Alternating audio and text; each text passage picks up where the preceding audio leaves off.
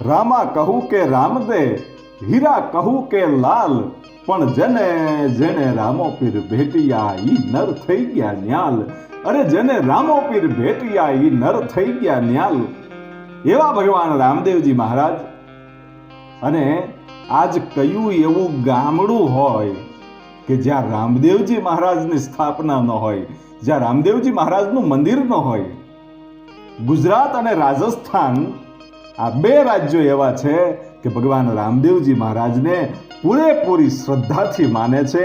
અને આજે આપણે એની વાતો કરવી છે, અને એવી વાતો કરવી છે કે જે રાજસ્થાનમાં જે રામદેવરા છે, જ્યાં રામદેવજી મહારાજની સમાધિ સ્થાન છે, ત્યાંનું જે એક પુસ્તક છે એમાં બધી જૂની વાતો લખેલી છે.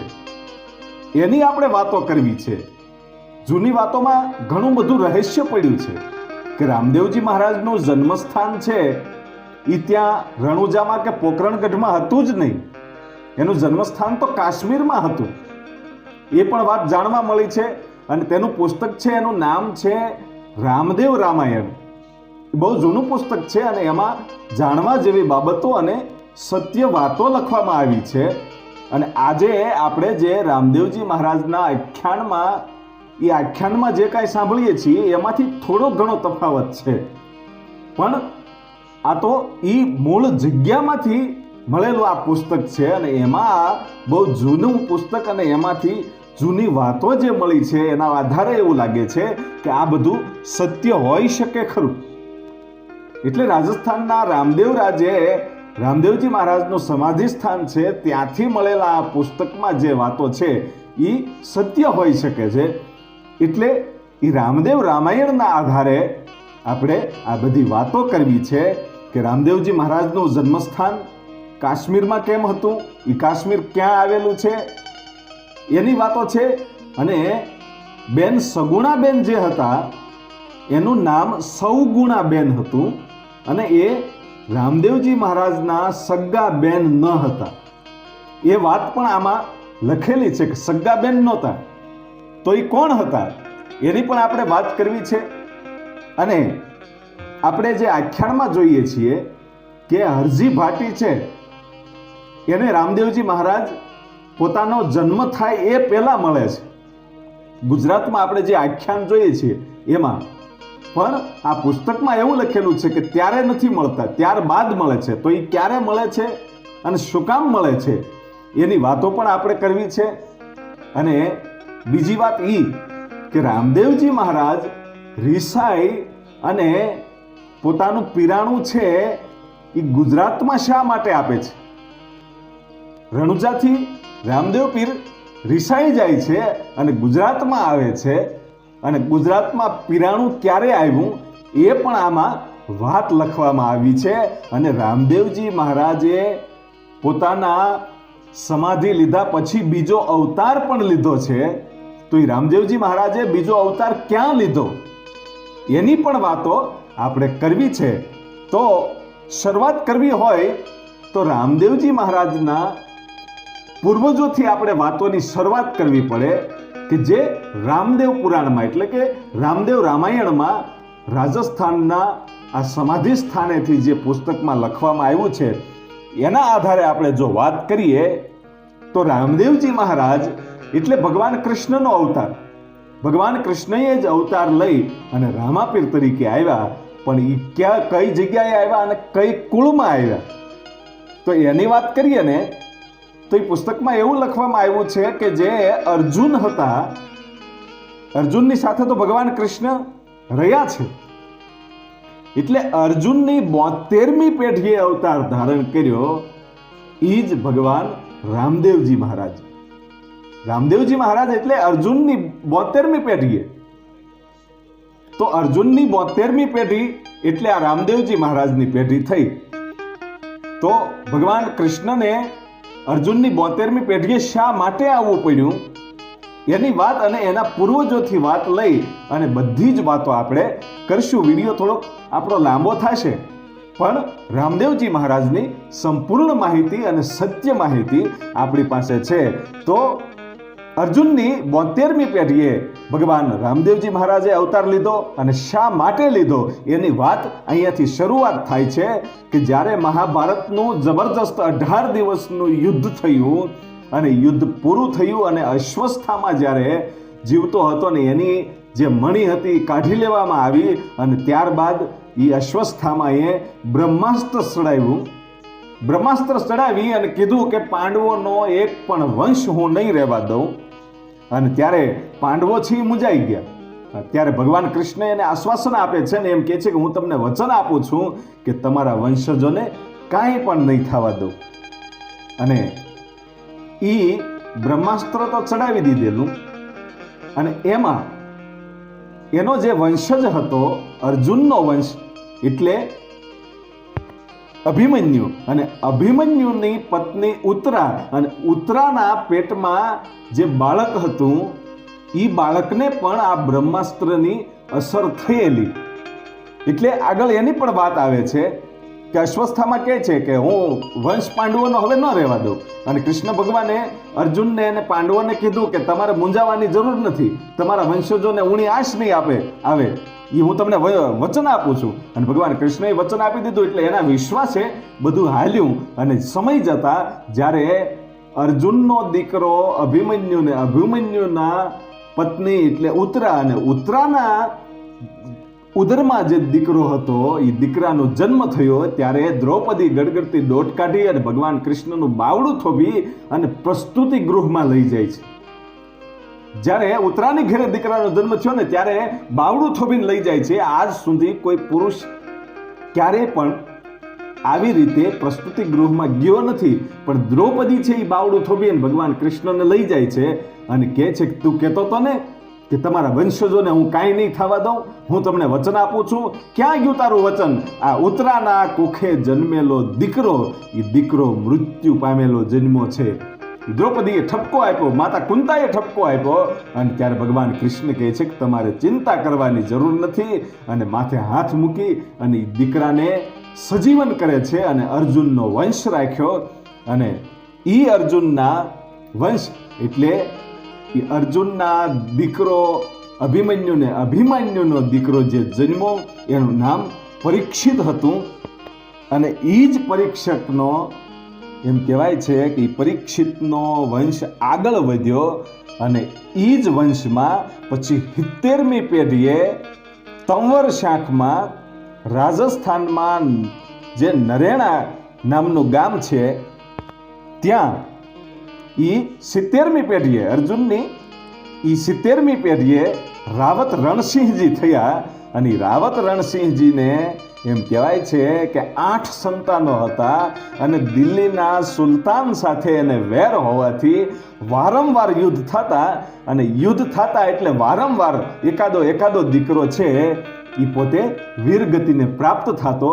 એ 8 દીકરામાંથી 6 દીકરાઓ છે એ વીરગતિને પ્રાપ્ત થયા. અને એ રાવત રણસિંહજીના 2 દીકરા વધ્યા. એ 2 દીકરા એટલે એક અજમલ રાજા અને બીજા ધનરૂપજી. અજમલજી અને ધનરૂપજી આ 2 દીકરાઓ જ વધ્યા. અને ત્યારબાદ ધીરે ધીરે એ 2 દીકરાઓ છે એ મોટા થયા અને જ્યારે યુવાન થયા ત્યારે એમના લગ્ન પણ કરાવી દીધા. અને ત્યારબાદ સમય જતા ઘટના એવી બની કે જે દિલ્હીના સુલતાનો હતા એ સાધુના વેશ ધારણ કરી અને આ બાજુ રાજસ્થાનમાં આવી અને સાધુના રૂપે લોકોને ભરમાવે અને પછી ધર્મ પરિવર્તન કરાવતા હતા. એટલે પછી જે રાજા રણસિંહજી હતા એણે નક્કી કર્યું કે સાધુને આ બાજુ આવવા દેવા નહીં, કારણ કે સાધુના રૂપમાં આ ખોટા માણસો સુલતાનો એના માણસોને મોકલી અને ધર્મ પરિવર્તન કરાવી દે છે. આપણા હિન્દુ ધર્મને નાશ કરવા માટેનું આ લોકો કાર્ય કરી રહ્યા છે. ત્યારે કોઈ સાધુને એ ધરતીમાં આવવા ન દેતા. અને એમાં એકવાર રાજા રણસિંહજીને નીકળવું અને એક સાધુને જોયા એટલે સાધુને પકડી અને કીધું કે હવે તમે અહીંથી નીકળી જાઓ એકદમ, નહીતર અમારે તમને મારી નાખવા પડશે. અને એ સાધુ કોઈ સુલતાન નહોતો, એ સાધુ મહાપુરુષ હતા. અને એ સાધુનું નામ સમસ ઋષિ હતું. અને સમસ ઋષિને જ્યારે સમસ ઋષિનું રાજા રણસિંહજીએ અપમાન કર્યું ત્યારે ખૂબ ક્રોધ આવ્યો ભાઈ.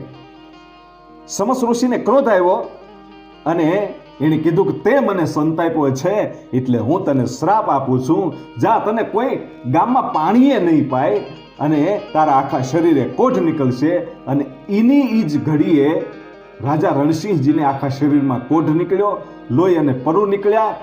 અને પછી એ ભટકતા ભટકતા એમ કહેવાય છે કે ગામો ગામ ભટકે છે અને કોઈ પાણી પાતું નથી. અને સમય જતા રાજસ્થાનના જયપુરની બાજુમાં આવેલું દુંદુ નામનું જે ગામ છે ત્યાં એ પોતે રાજા રણસિંહજી છે એ આવી હાલતમાં ગયેલા અને એક પનીહારીને કીધું કે બાપા પાણી પાશો. ત્યારે એ પનીહારીએ એને પાણી પાયું નહીં. પાણી પીતાની સાથે ખૂબ અંદર ઠંડક થઈ. એટલે એવું લાગ્યું કે આ સ્ત્રી છે એ કોઈ મહાન છે અને આ જ મારું દુઃખ મટાડી શકશે. એટલે પનીહારી પાણી ભરીને પોતાના ઘર તરફ જતી હતી. એની પાછળ પાછળ આ રાજા રણસિંહ છે એ કોઢ નીકળેલો છે આખા શરીરે, લોહી અને પરવું છે. એવી હાલતમાં સ્ત્રીની પાછળ પાછળ જાય છે અને ઘરે જઈને જોયું તો એક ભક્તરાજનું ઘર હતું. અને ભક્તરાજ મેઘવાળ સમાજના હતા અને એનું નામ ખીવણજી હતું. અને ખીવણજીએ મીઠો આવકારો આપ્યો અને કીધું કે આવો બાપ, કોણ છો? એટલે બધી વાત કરી કે હું રાજા રણસિંહ છું અને મને સમસ ઋષિએ શ્રાપ આપ્યો છે. અને સમસ ઋષિનું જ્યારે નામ આવ્યું ત્યારે ખીવણજી કહે છે કે કાંઈ વાંધો નહીં બાપ, તારો રોગ મટાડશે ને તો એ સમસ ઋષિ જ મટાડશે. એવો વિશ્વાસ આપ્યો. શું કામ? જે ખીવણજી હતા મેઘવાળ સમાજના, એ મહાન ભક્તરાજ હતા અને એ સમસ ઋષિના શિષ્ય હતા.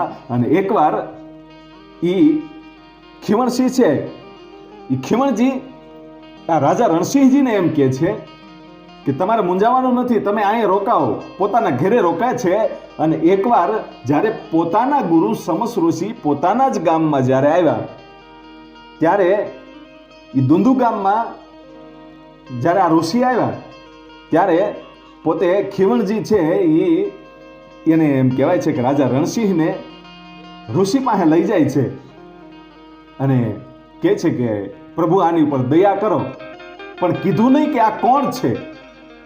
અને સમસ ઋષિને પણ ખબર નહોતી કે આ કોઢવાળો કોઈ વ્યક્તિ છે એ કોણ છે. એને મગજમાંથી નીકળી ગયેલું કે આ મેં જ શ્રાપ આપ્યો છે, એ જ આ વ્યક્તિ છે રણસિંહજી. એ ખબર નહીં. એટલે પોતે દૂધ પી અને એ કવલી ગાયનું દૂધ પોતે પીધું અને હેઠું દૂધ હતું. એ કીધું કે તમે બંને થોડું થોડું પી જાઓ. એટલે ખીવણજી પણ પી ગયા અને આ રણસિંહજી પણ પી ગયા. એટલે રણસિંહજીને જે કાંઈ કોઢ નીકળેલો હતો એ સારો થઈ ગયો. અને ત્યારે સમસ ઋષિએ એની સામે જોયું ને કીધું કે આ તો રણસિંહ છે.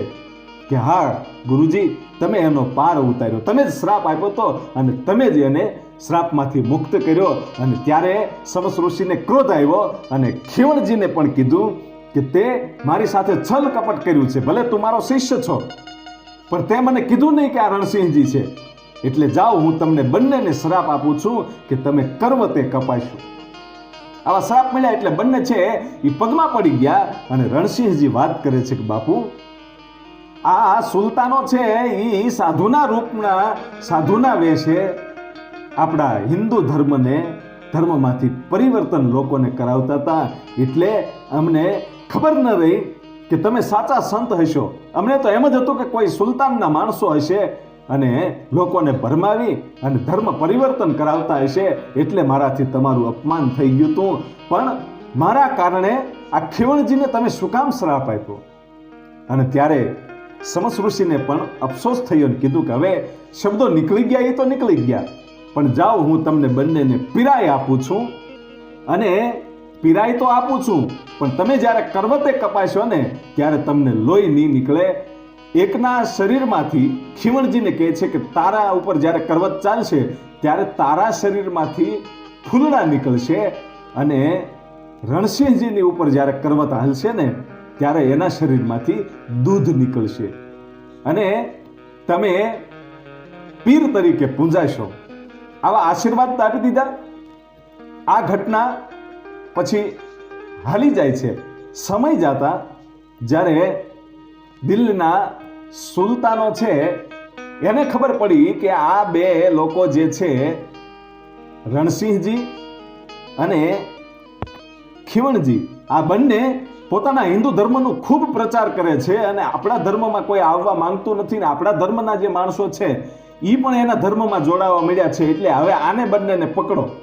અને એને બંનેને પકડ્યા અને એમ કહેવાય છે કે કરવત નીચે મૂકવામાં આવ્યા અને એની બંનેની ઉપરથી જ્યારે કરવત હાલી ત્યારે એમ કહેવાય છે કે ખીવણજીના શરીરમાંથી ફૂલડા નીકળ્યા અને રણસિંહજીના શરીરમાંથી એમ કહેવાય છે કે દૂધ નીકળ્યું હતું. અને એના બંનેના જે ફૂલડા હતા એ રણસિંહજીના હાડકામાંથી પણ એક ફૂલ નીકળ્યું હતું. એ બંને ફૂલ છે એ ઉડી અને એક જગ્યાએ પડ્યા હતા. એ જગ્યાએ હાલમાં દિલ્હીનો જે લાલ કિલ્લો છે એ જ જગ્યાએ આ બે ફૂલડા પડ્યા અને ત્યાં આજે પણ બે સમાધિઓ છે. દિલ્હીના લાલ કિલ્લામાં આજે પણ બે સમાધિઓ છે. એ સમાધિઓ છે દુધલ પીર અને ફૂલ પીર. એ દૂધ પીર અને ફૂલ પીર એ આ બંને રણસિંહજી અને જે ખીવણજી હતા એ આ બંનેની સમાધિઓ હાલમાં દિલ્હીના લાલ કિલ્લામાં છે. પણ આપણે વાત આગળ કરીએ તો રણસિંહજીને જે સંતાનો હતા અજમલજી અને ધનરૂપજી એ બંને છે એ રાજસ્થાનમાં બાડમેર જિલ્લાનું જે ઊંડું કાશ્મીર કહેવાય છે ત્યાં જઈને વસેલા બંને અજમલજી અને ધનરૂપજી એ બંને બાડમેર જિલ્લાનું જે ઊંડું કાશ્મીર છે રાજસ્થાનમાં એ ત્યાં જઈને વસ્યા અને સમય જતા અજમલ રાજાના એ નાના ભાઈ એટલે ધનરૂપજી અને ધનરૂપજીની ઘેરે બે દીકરીઓનો જન્મ થઈ અને એનું નામ લાક્ષા અને સવગુણા. આ સવગુણા જે છે સગુણા બેન એ રામદેવજીના સગા બેન નહોતા. આ વાત અહીં આવી છે કે એના સગા બેન નહોતા તો કોણ હતા કે પોતાના પિતા અજમલજી અને અજમલજીના નાના ભાઈ એટલે ધનરૂપજી અને ધનરૂપજી એટલે રામદેવજી મહારાજના કાકા અને એ પોતાના કાકાની દીકરી એટલે સગુણા બેન હતા. એટલે અજમલ રાજાને સંતાન હતું જ નહીં, એક પણ સંતાન નહોતું. આપણે આખ્યાનમાં જોઈએ છીએ કે લાસા લક્ષ્મી અને સગુણા ત્રણ દીકરીઓ બતાવવામાં આવે છે, પણ આ રામદેવ રામાયણમાં એવું લખવામાં આવ્યું છે કે અજમલજી વાંજિયા જ હતા અને એને એક પણ સંતાન હતું નહીં. અને જે ત્રણ દીકરીઓ બતાવવામાં આવે છે એમાં આ પુસ્તકમાં બે દીકરી લખવામાં આવેલી છે કે જે આપણે લાસા કહીએ છીએ એ લાસા નહીં પણ લાક્ષા નામ હતું અને સગુણા એ સૌગુણા નામ હતું. એ બંને દીકરીઓ છે એ અજમલજીના નાના ભાઈ ધનરૂપજીની હતી અને અજમલજીને સંતાન હતું જ નહીં અને ધનરૂપજીને એક પણ દીકરો નહોતો. એટલે પછી અજમલજીએ પોતાને પણ કાંઈ સંતાન નહોતું એટલે પોતે જે સગુણાબેન હતા એને પોતે ખોળે બેસાડ્યા હતા. પોતાની દીકરી માની હતી, એક દીકરી ધનરૂપજીને અને એક દીકરી છે અજમલજીને. એવી રીતે આ કાશ્મીર ગામમાં એમ કહેવાય છે કે પોતાનો સમય વિતાવતા જાય છે અને સમય જતા આ બંને દીકરીઓના પિતાજી લાક્ષા અને સગુણાના પિતાજી એટલે કે અજમલ રાજાના નાના ભાઈ અને રામદેવજી મહારાજના કાકા એવા ધનરૂપજીનું મૃત્યુ થાય છે. અને ત્યારબાદ લોકો છે એ અમુક અજમલજીને મેણા બોલે છે, વાંજિયા છે, આનું મોઢું ન જોવાય એવું પણ હતું. કોઈ મેણા બોલતું હતું તો કોઈ સારી સલાહ આપતું હતું કે અજમલજી, ત્યારે અજમલજીને હજી રાજ્ય મળ્યું નહોતું ત્યાં સુધીની આ વાત છે કે આ તો કાશ્મીર નામના ગામમાં જ રહેતા હતા. ઊંડું કાશ્મીર જે છે રાજસ્થાનમાં ત્યાં રહેતા હતા. અને મિનલદેને પણ ખૂબ દુઃખ હતું કે આપણે ત્યાં સંતાન નથી અને જેની દીકરીઓ હતા એના પિતાજી પણ ગુજરી ગયા. એટલે અજમલજીને અમુક જે હિતેચ્છુ માણસો હતા, હિત ચાહવાવાળા, એ માણસો એમ કહેતા હતા કે તમારા ભાઈ તો વયા ગયા, એને તો દીકરો હતો નહીં, એને માત્ર બે દીકરીઓ હતી અને તમારે પણ દીકરાઓ નથી, તો તમારો વંશ તો અહીંયા પૂરો થઈ જશે. એકાદો દીકરો હોય તો તમારો વંશ આગળ વધે. અને આવું જ્યારે કીધું ત્યારે અજમલ રાજાને ખૂબ પોતાને અંદરથી એમ કહેવાય છે કે દુઃખ થાય છે. અને પછી પોતાના જ ઘરે, જે જગ્યાએ ઊંડો કાશ્મીરમાં રહેતા હતા, ત્યાં પોતાના જ ઘરની બાજુમાં એક ખીજડીનું ઝાડ હતું. અને ખીજડીના ઝાડ નીચે ધૂણો પેટાવી અને 12 વર્ષ સુધી એમ કહેવાય છે કે અજમલજીએ તપસ્યા કરેલી. અને દર પૂનમ દ્વારકા ભગવાન દ્વારકાધીશના દર્શન કરવા માટે જતા. અને પછી આપણે જે આખ્યાનમાં આખી ઘટના આવે છે એવી ઘટના બની અને ભગવાન કૃષ્ણએ એને અમરફૂલનું જે પુષ્પ આપ્યું અમરફળનું. અને પછી એમ કહેવાય છે કે રામદેવજી અને વિરમદેવજી મોટા અને રામદેવજી મહારાજ એ બંને ભાઈઓએ એમ કહેવાય છે કે ભગવાન કૃષ્ણએ અર્જુનની 72મી પેઢીએ રામદેવજી તરીકે એમ કહેવાય છે કે અવતાર ધારણ કર્યો. અને અવતાર ધારણ કર્યો એ 1409ની સાલ હતી, એટલે કે વિક્રમ સંવત. અત્યારે જે 2024 છે એ નહીં, 2080 હાલે છે અત્યારે વિક્રમ સંવત. એ 1409ની સાલ હતી વિક્રમ સંવત. અને એ વખતે ભગવાન રામદેવજી મહારાજે એમ કહેવાય છે કે અવતાર ધારણ કર્યો. અને એ અવતાર ધારણ કર્યો એ ઊંડું કાશ્મીરમાં એનું જન્મસ્થાન છે. ત્યારે પોકરણગઢ મળ્યું નહોતું અજમલજીને. રામદેવજીનું જન્મસ્થાનનું અત્યારે જબરજસ્ત મંદિર ત્યાં ઊંડું કાશ્મીરમાં છે. અને એમ કહેવાય છે કે પછી રામદેવજી ધીરે ધીરે મોટા થાય છે. અને પછી એમ કહેવાય છે કે સમય જતા અજમલજીને એ પોકરણગઢનું રાજ મળે છે. પછી ભગવાન રામદેવજી મહારાજ, વિરમદેવજી મહારાજ અને જે કાંઈ આખો ઘર પરિવાર છે એ ત્યાં એમ કહેવાય છે કે એ પોકરણગઢમાં રાજા તરીકે રહે છે. અને પછી ત્યાં પણ રામદેવજી મહારાજ ધીરે ધીરે મોટા થાય છે. પછી ભેરવાને ભંડાર્યો, એટલે એમ કહેવાય છે કે ભેરવાને ભંડાર્યા પછી રામદેવજી મહારાજના ગુરુ બાળીનાથ, એ બાળીનાથે કીધું કે ભેરવો હતો ત્યાં સુધી તો મારી સેવા કરતો, અને હવે તો આ ઉજ્જડ ભૂમિ છે, અહીંયા 12 ગાવ સુધી તો પશુ પક્ષી આવતા નથી, તો હવે મારું કોણ?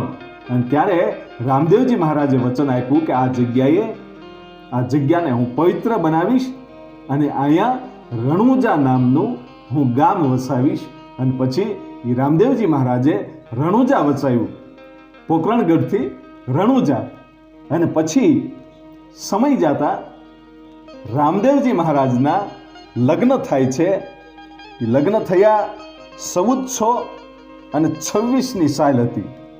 1426ની સાલમાં એમ કહેવાય છે કે જે હાલનું પાકિસ્તાન છે એ પાકિસ્તાનમાં ઉમરકોટના સોઢા શાખના રાજા, એનું નામ દલજી હતું. અને દલજી રાજાની દીકરી નેત્રલદે એટલા માટે નામ રાખવામાં આવ્યું હતું કે એમની બંને આંખો નહોતી અને પગથી અપંગ હતા, એટલે નેત્રલદે નામ રાખવામાં આવ્યું હતું. અને એની સાથે ભગવાન રામદેવજી મહારાજના એમ કહેવાય છે કે લગ્ન થયા 1400 વિક્રમ સંવત 1426ની સાલ હતી. અને ઉમરકોટ એ પાકિસ્તાનમાં થરપાકર જે કહેવાય છે ત્યાં આવેલું છે. અને આજે ત્યાં પણ ક્ષત્રિયો જે સોઢા શાખના છે એ સોઢાઓ હજી પણ ત્યાં રહે છે. અને રામદેવજી મહારાજને એ લોકો ખૂબ માને છે.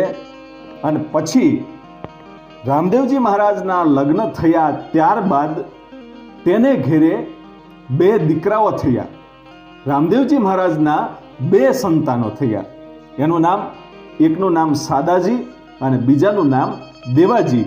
અને સમય જતા ભગવાન રામદેવજી મહારાજે 1442 વિક્રમ સંવત 1442ની સાલમાં ભાદરવા સુદ 11 અને ગુરુવારના દિવસે સમાધિ લીધી.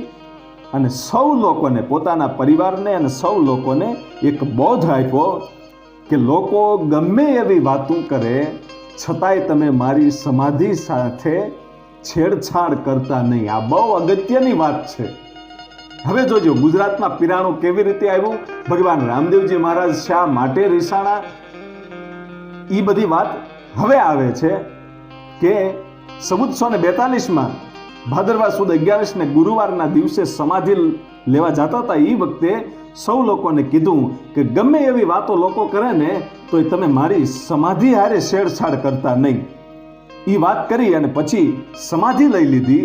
અને સમાધિ લીધા પછી ત્રીજા દિવસે જ્યારે પોતાના માસ્યાઈભાઈ હરભુજી હતા, રામદેવજી મહારાજના માસ્યાઈભાઈ હરભુજી, એ હરભુજીને કોઈએ વાત કરી કે રામદેવજી મહારાજે તો સમાધિ લઈ લીધી, કે નહીં એ હું માનું જ નહીં. હરભુજી કે કારણ કે મને વચન આપેલું છે કે રામદેવજી કહેતા હતા અને એને વચન આપ્યું હતું કે હું જ્યારે સમાધિ લઉં, મારા દેહનો ત્યાગ કરું એ પહેલા હું તમને મળીશ, એ મારું વચન છે. એટલે વચન નિભાવ્યા વગર કોઈ દિવસ જાય નહીં. એટલે લોકો બહુ કહેવા માંડ્યા કે નહીં, અમે જોઈને આવ્યા છીએ, અમે એ સમાધિમાં માટી પણ નાખી છે. હે કે હા, કે હું માનું નહીં, પેલા હું ત્યાં જઈ આવું, રામદેવજીને મળી આવું, એમ કહી અને પોતે નીકળે છે. ને ભગવાન રામદેવજી મહારાજને કોઈ કારણોસર આ વચન નિભાવી શક્યા નહીં અને સમાધિ લઈ લેવી પડી. એટલે રામદેવજી મહારાજ છે એ જંગલમાં પોતે એમ કહેવાય છે કે હરભુજીને હામા મળે છે. ઘોડે સવાર થઈ અને હરભુજીને હામા મળ્યા. અને ત્યારે હરભુજી જોવે છે ને અહીંયામાં હરખ નથી હમાતો, કે લોકો તો ખોટી વાતો કરે છે કે રામદેવજીએ સમાધિ લઈ લીધી અને આ અત્યારે તો મને ભેગા થયા. અને એનું એક ભજન પણ આપણે સાંભળીએ છીએ કે ઘોડલા રે ચરણતા રે દીઠા રામા પીરને હરભુજીને હરખન માય. ઈ ભજન એટલા માટે લખવામાં આવ્યું છે કે હરભુજીને મગજમાં એમ હતું કે રામદેવજી મને વચન આપ્યા વગર જાય જ નહીં, અને એવો મગજમાં વહેમ હતો. અને ભગવાન રામદેવજી મહારાજને હામા મળ્યા એટલે હરખ થઈ ગયો કે આ લોકો ખોટી વાતો કરે છે. અને પછી અજમલજી અને એ તો બધાય પોતે ચોરે બેહે અને 3 દિવસ રામદેવજી મહારાજને સમાધિ લીધેલા થઈ ગયા છે. અને અહીંયા જંગલની અંદર ઘટના એવી બની કે હનુમાન આ જે હરભુજી છે એ હરભુજીને રામદેવજી મહારાજ મળ્યા. અને હરભુજી રામદેવજી મહારાજને કહે છે કે લોકો તો આવી ખોટી વાતો કરે છે. એટલે રામદેવજી મહારાજે વાત ફેરવી નાખી અને કે ભાઈ એ બધી ચિંતા ન કરવાની હોય, માણસો તો વાતો કરવા વાળા કરે જ, પણ હવે તમે કહુંબો બનાવો. અને બંને ભાઈઓએ માસ્યાઈ ભાઈઓ અને બંનેએ કહુંબો બનાવ્યો, કહુંબો પીધો અને પછી કીધું કે તમે હવે એ બાજુ જાઓ અને હું હમણાં જ પાછો આવું છું, મારે એક કામ છે એટલે હું કામ કરી અને તરત પાછો આવું છું, તમે રાજમાં જાઓ. એટલે હરભુજી જ્યારે નીકળે છે ત્યારે રામદેવજી મહારાજ કહે છે કે તમે ઘરે જ જાઓ છો તો આ મારી જે વસ્તુ છે ને એ લેતા જાઓ ને. કે શું? કે આ ગેડીઓ, રતન કટોરો, અમલની ડાબલી, આ 3 વસ્તુ છે ને એ તમે લેતા જાઓ. જે વસ્તુ સમાધિમાં મૂકવામાં આવી હતી એ જ વસ્તુ રામદેવજી મહારાજે હરભુજીને આપી અને કીધું કે આ ઘરે લેતા જાઓ, હમણાં હું આવું છું. અને પછી હરભુજી ત્યાંથી ઘરે જાય છે અને ઘોડે ચડીને આવે છે. ત્યારે જે ચોરે બેઠેલા માણસો છે એ વિચાર કરે છે કે આનો માસ્યાઈ ભાઈ વયો ગયો છે, સમાધિ લઈ લીધી છે, તો આને જરાય શોકઈ નથી અને ઘોડે ચડીને આવે છે. એવી જ્યારે વાતો થઈ ત્યારે ઘોડેથી ઉતર્યા અને જોયું કે આ શોકમય વાતાવરણ કેમ છે. અને ત્યારે અજમલજી કહે છે કે ભલા માણસ, તને વિચાર નથી થતો? તારો માસ્યાઈ ભાઈ 3 દિવસ થઈ ગયા છે, સમાધિ લઈ લીધી છે, અને તું આવી રીતે ઘોડે ચડીને આવીશો, તને જરાય શોકઈ નથી? અને ત્યારે હરભુજી માનતા નથી કે નહીં, હું કેવી રીતે માનું? કેમ કે મને જંગલમાં હમણાં જ રામદેવજી મહારાજ મળ્યા અને આ વસ્તુ મને આપી કે લ્યો આ તમે ઘરે લેતા જાઓ, હમણાં હું આવું છું. કે નહીં, સમાધિ લઈ લીધી, એના 3 દિવસ થઈ ગયા છે અને હરભુજી માનતા નથી.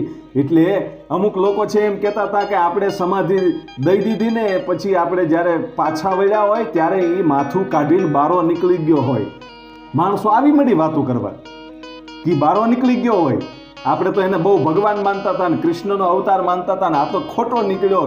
આવી બધી વાતો થઈ અને અમુક લોકો છે એ પગી ગયા ભાઈ સમાધિ જ્યાં દેવામાં આવી હતી એ જગ્યાએ રાજસ્થાનના એ રણમાં પોકરણ અને આ જે રામદેવરા કહેવાય છે ને એ રામદેવરા જે છે એ સમાધિ સ્થાન છે. એ રણમાં રામદેવજી મહારાજે સમાધિ લીધેલી અને એ આજે રામદેવરા કહેવાય છે. અને એ સમાધિએ જઈ અને લોકોએ જ્યારે ખોદવાની તૈયારી કરી ત્યારે હરભુજી અને બધા સાથે છે અને આકાશવાણી થઈ અને કીધું કે મેં કીધું તું ને કે લોકો ગમે એવી વાતું કરે તો તમે મારી સમાધિ હારે છેડછાડ કરતા નહીં, અને આજ તમે સમાધિ હારે છેડછાડ કરી છે એટલે અહીંયા કાયમ દુષ્કાળ રહેશે ને કાયમ તમે ભૂખ વડકા કરશો. આવું રામદેવજી મહારાજે કીધું તું અને કીધું તું કે હવે તમે મને ક્યારેય નહીં જોઈ શકો. અને ત્યારે હરભુજીને એમ લાગ્યું કે હવે તો વાત સાચી, રામદેવજી મહારાજે સમાધિ લઈ લીધી હતી. અને રામદેવજી મહારાજની સામે હાથ જોડીને કીધું કે તમે સમાધિ લઈ લીધી છે અને મારું વચન પાળવા માટે આવ્યા, એનો તો હું આભાર માનું એટલે ઓછો છે, પણ હવે તો મારે તમને કેવી રીતે મળવું, હવે તમે કેમ મને મળશો, કેવી રીતે મળશો? અને ત્યારે રામદેવજી મહારાજ કહે છે કે આજે જે મળ્યા હતા એ છેલ્લી ઘડી હતી, હવે પછી ક્યારેય મળી શકાશે નહીં, કારણ કે આ લોકોએ મારી સમાધિ ખોદવાની તૈયારી કરી હતી અને એને અંદર જોવું હતું કે રામદેવ છે કે નહીં. એ લોકોએ 3 દિવસ વયા ગયા પછી હવે સમાધિ ખોલવાની વાતો કરી છે, એટલે હવે હું ક્યારેય તમને નહીં મળું. પણ હરભુજી કહે છે કે અમારો શું વાંક, અને તમે ક્યારે પાછા મળશો એ કયો, મને વચન આપો કે મને પાછા મળશો. અને ત્યારે રામદેવજી મહારાજ કહે છે કે હવે પાછું મળી શકાશે નહીં, પણ હું દેગે ને તેગે હસ્યું અને આ પીરાણું છે ને એ પાંચાળમાં જાય છે. જોજો હવે વાત આવી કે રામદેવજી મહારાજ જ્યારે આ સમાધિ ખોલવામાં જ્યારે તૈયારી કરીને એ વખતે રામદેવજી મહારાજ આ રણુજાના માણસોથી રીસાણા હતા. શું કામ કે મેં ના પાડી હતી સમાધિ હારે છેડછાડ કરતા નહીં, અને છતાંય સમાધિ ખોદવા માટે ગયા એટલે રામદેવજી મહારાજને ક્રોધ આવ્યો. એ રણુજાથી રીસાણા અને કીધું કે હવે પીરાણું છે એ પાંચાળમાં જાય છે, અને એ પીરાણું પાંચાળમાં આવ્યું અને હરભુજીને કહે છે કે દેગે ને તેગે હું હશું. એટલે દેગ તો આપણે સમજીએ છીએ કે રામદેવજી મહારાજની જે દેગ કરવામાં આવે છે, તેગ એટલે જ્યોત, કે જ્યાં જ્યોત હશે, મારો જ્યાં પાઠ થતો હશે ત્યાં હું કોઈ પણ રૂપમાં જરૂર ને જરૂર આવીશ અને આવીશ, ગમે એ રૂપમાં હું મારો જ્યાં પાઠ થતો હશે ને ત્યાં આવીશ. ત્યાર પછી એમ કહેવાય છે કે રામદેવજી મહારાજે સમાધિ લીધા પછી પીરાણું જ્યારે પાંચાળમાં જાય છે એમ કીધું, ત્યારબાદ સમય જતા ગુજરાતમાં ગેબીનાથ અને પાળિયાદ આ બે પ્રગટ પીરાણા છે, અને પાળિયાદમાં જે સંત શ્રી વિહામણ બાપુ થઈ ગયા, એ વિહામણ બાપુ એ પોતે જ રામદેવજી મહારાજ આ સાધુનો રૂપ લઈ અને અવતાર લઈ, અને બીજો અવતાર એટલે વિહામણ બાપુ પાળિયાદમાં પોતે એ રામદેવજી મહારાજનો બીજો અવતાર છે. એ પાળિયાદમાં પીર એટલે રામદેવજી મહારાજ પોતે છે. એ પીરાણું પાંચાળમાં આવ્યું અને ગુજરાતની અંદર આજે રામદેવ પીરનો પાઠ ખૂબ થાય છે. અને જે આપણે વાત થઈ કે મેઘવાળ સમાજ છે એ રામદેવજી મહારાજને ખૂબ માને છે. એનું કારણ છે કે જે ખીવણજી હતા એ મેઘવાળ સમાજમાંથી હતા, અને એ પોતે એમ કહેવાય છે કે રણસિંહજી જે હતા રામદેવ પીરના દાદા, એના બંને ગુરુભાઈ હતા. ત્યારથી આ પરિવારને એકબીજાનો નાતો હતો, એટલે મેઘવાળ સમાજ ખૂબ રામદેવજી મહારાજને માને છે. અને હવે વાત કરીએ કે રામદેવજી મહારાજના જે વંશજો હતા એના વંશ ક્યાં સુધી આગળ હાલ્યો એ ટૂંકમાં જો કહું તો પીરાણું તો પાંચાળમાં આવી ગયું, અને પછી સમય જતા રામદેવજી મહારાજે સમાધિ લઈ લીધા પછી રામદેવજી મહારાજના જે પત્ની નેતલદે હતા એ નેતલદેના ગર્ભમાં એક સંતાન હતું. જ્યારે રામદેવ પીરે સમાધિ લીધી એ વખતે, અને એ સંતાન એ સમાધિ લીધા પછી જન્મ્યું, અને એની દીકરીનો જન્મ થયો હતો. એ રામદેવજીની દીકરી રામદેવ પીર બાપાએ સમાધિ લીધા પછી એની ઘરે દીકરીનો જન્મ થયો. એનું નામ ચંદ્રકુંવરબા રાખવામાં આવ્યું હતું. અને એમ કહેવાય છે કે રામદેવજી મહારાજે જે જગ્યાએ સમાધિ લીધી એ રામદેવરા કહેવાનું, અને એના જે બે દીકરા સાદાજી અને દેવાજી, એ દેવાજી છે એ રણુજાથી 20 કિલોમીટર દૂર એક ગામમાં જઈ અને વસેલા, અને સાદાજી છે એ રણુજામાં જ રહેલા, અને તેમના ઘેરે સાદાજીને ઘેરે બે દીકરા જન્મ્યા, એ રાણાજી અને ભાનાજી, અને એનો વંશ આગળ વધ્યો, અને હાલમાં અત્યારે રામદેવજીના જો વંશજ ગણીએ તો ભૌમસિંહજી છે, અને એ રામદેવ પીર મંદિર જે છે સમાધિ સ્થાને ત્યાંના મહંત પણ છે, અને જેટલા રામદેવજીના જે વંશજો છે અને જે મંદિરના મહંત બને એમને પણ સમાધિ આપવામાં આવે છે. આવી કંઈક વાતો હતી રામદેવજી મહારાજની. આ વાતો કોઈ બનાવેલી કે ઉપજાવેલી કાઢેલી નથી. આ રાજસ્થાનના પુસ્તકમાં જે રામદેવરાનું પુસ્તક છે, રામદેવ રામાયણ આ નામનું પુસ્તક છે, એમાંથી આ બધી વાતો મળેલી છે. તો હવે મળીએ છીએ આગળના વિડીયોમાં, આવા જ ઇતિહાસ રહસ્યમય વાતો સાંભળવા માટે અમારી યુટ્યુબ ચેનલ આઈ મોગલ સ્ટુડિયો મુંડકીધાર અને લોક સાહિત્યકાર લાખાભાઈ રબારી આ ચેનલને આપ જરૂરથી સબસ્ક્રાઇબ કરજો.